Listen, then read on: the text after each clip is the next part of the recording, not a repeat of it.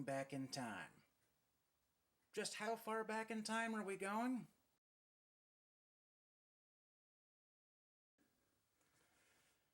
Now, before you sits the Enterprise NX-01 from the series Enterprise, now known as Star Trek Enterprise. Originally, they left the name Star Trek out as a sort of rebranding attempt. It didn't help it last more than 4 seasons, regardless. Which is still actually a pretty good run, all things considered.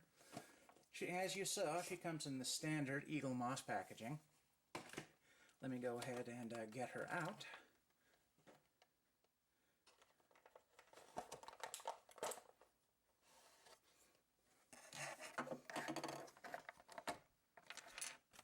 Now, while I'm getting this set up, it's kind of interesting. This particular ship design was actually very similar to a ship that was seen in the movie Star Trek First Contact. As a result of the similarity, by the way, you have to clip it into this little rim on the aft edge. Their similarity was very great. The Enterprise NX-01, if you flipped it over, it would look almost identical, except this particular piece here would have to be raised up slightly. But there was a huge controversy when she was revealed because of that great similarity. Although that's kind of odd, since there's never been a similarity that each subsequent Enterprise has looked a lot like the last one before, so... whatever. Just rambling. Anyhow, the Enterprise NX-01, as you can see, is a lot more metallic and a lot more shiny than most of the other vessels to bear the name. This particular ship was designed to be significantly smaller than any other mainline ship we've seen in Star Trek. She was the first long-range Starfleet vessel with a Warp 5 engine, making her more than 10 times as fast as most of the other vessels Earth had launched to date. One moment. Whew, these new lights are getting to me.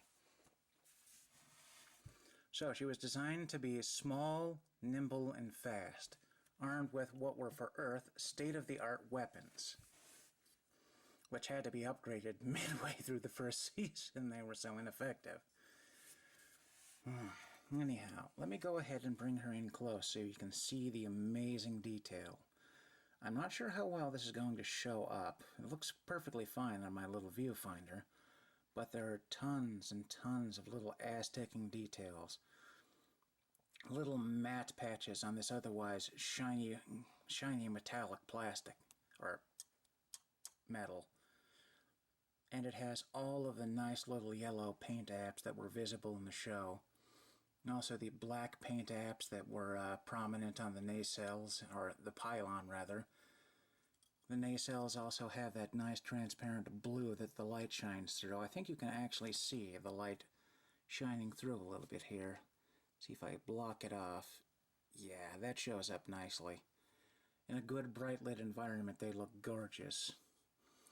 They also remembered to do the really interesting end caps fairly well. Got the nice glowy front and bussard collectors. Instead of going for transparent blue on these engine thrusters back here, they just went with a standard blue paint, since a piece that small would be a pain to get in there. The standard hull markings all over. They did an overall fantastic job on this. A lot of people are... Oh, yes, they also have the front deflector, I forgot to point out. A lot of people were kind of on the fence about this design, but considering it's about a decade old right now, I think it's at the point where accepting it is no longer an option. It simply is. And whether you like it or not, this is a particularly good representation of the ship in general. So if you're interested in picking up a pre-assembled NX-01 Enterprise, this is definitely the one I'd recommend. It's the fourth twice monthly subscription from Eaglemoss. At $20 with stand, it also comes with an interesting technical manual with lots of photographs and design information.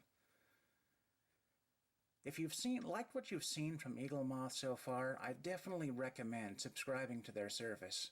because in addition to some neat regular spaceships, there are also some cool perks that come along down the line, including a Enterprise D from the future refit with extra pylons and all whatnot that you might recognize from the very last episode of Star Trek: The Next Generation.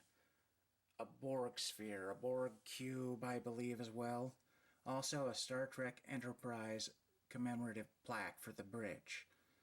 So it's a very neat package. If you've got to get an NX-01, this is definitely the one I'd go for, unless you want to go for the Polar Lights model kit. Alright, that's it for tonight. Thanks for watching this edition of the Mold Flash, and I'll see you guys next time. Take care.